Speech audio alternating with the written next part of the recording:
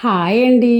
Welcome back to my channel. ఈరోజు వచ్చేసి మనం రుచికరమైన రెసిపీ వంకాయ టమాటో మిక్సర్ కర్రీని ఎలా తయారు చేసుకోవాలో చూద్దాం రండి. పిల్లలు పెద్దలు ఎంతో ఇష్టంగా తింటారండి ఈ మిక్సర్ కర్రీ అయితే. నేను చెప్పిన విధంగా అయితే ట్రై చేసి చూడండి, మీరు పక్కాగా నచ్చుతుందండి మీకు.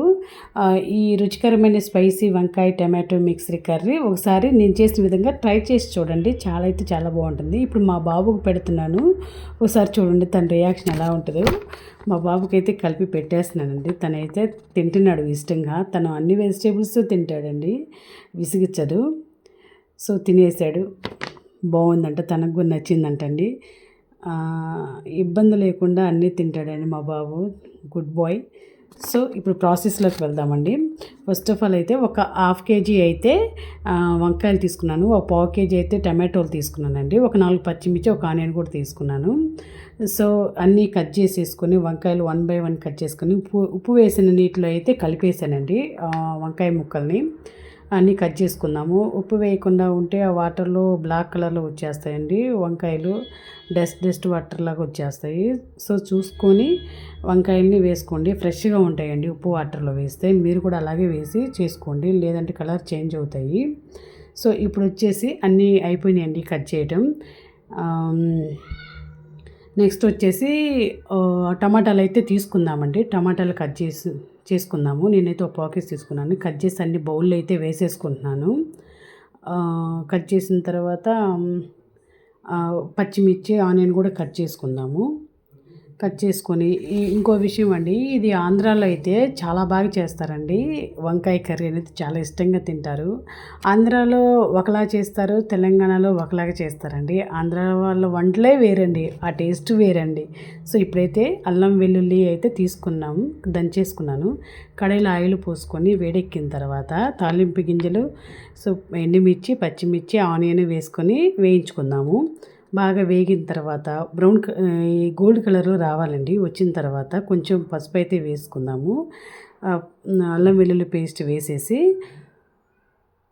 పచ్చివాసన పోయేదాకా వేయించుకుందామండి. మంచిగా బాగా ఫ్రై అయితేనే బాగుంటుందండి, లేదంటే పచ్చి స్మెల్ వస్తుంది. అలా వేయించేసుకుందాము.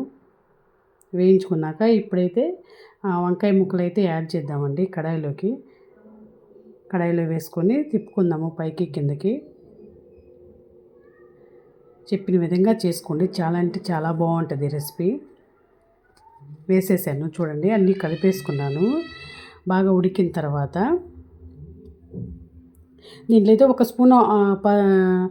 ఒక స్పూన్ అయితే నేను సాల్ట్ వేసానండి. ఎందుకంటే నేను ఇందాక ఉప్పు వాటర్లో ఎక్కువ వేసాను కాబట్టి ముక్కలకి ఆల్రెడీ ఉప్పు ఉంటుందండి, కాబట్టి వేసేసాను ఒక స్పూను. ఇప్పుడైతే టమాటాలు యాడ్ చేద్దాము.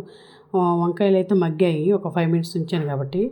టమాటోలు పైకి కిందకి తిప్పుకున్నాక మూత పెట్టేసుకుందాం. ఒక కడాయి తీసుకొని అందులో ధనియాలు తీసుకొని ఒక 2-3 స్పూన్లు అయితే తీసుకున్నాను ధనియాలు. వేయించుకుని పక్కన పెట్టుకొని అల్లము, కొబ్బరి, వెల్లుల్లి వేసుకుందామండి.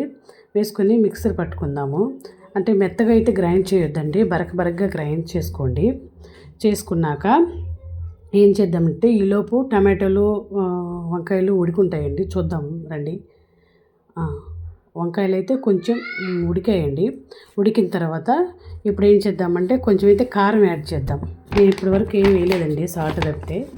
కారం యాడ్ చేద్దాము. కారం అయితే బాగా స్పైసీగా ఉందండి, సో కాబట్టి నేను కారాన్ని ఒక స్పూన్ అయితే వేస్తున్నాను, వంటకు సరిపడా.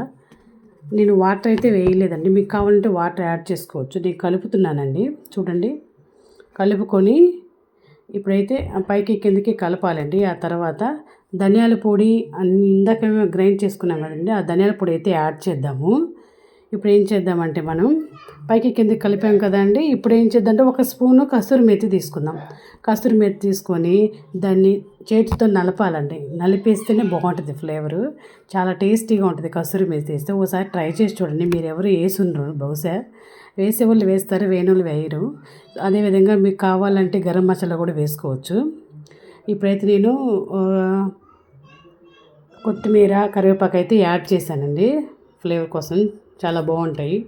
సో నేను చేసిన విధంగా అయితే ట్రై చేయండి. సింపుల్గా టేస్టీగా క్విక్గా అయిపోయే రెసిపీ అండి.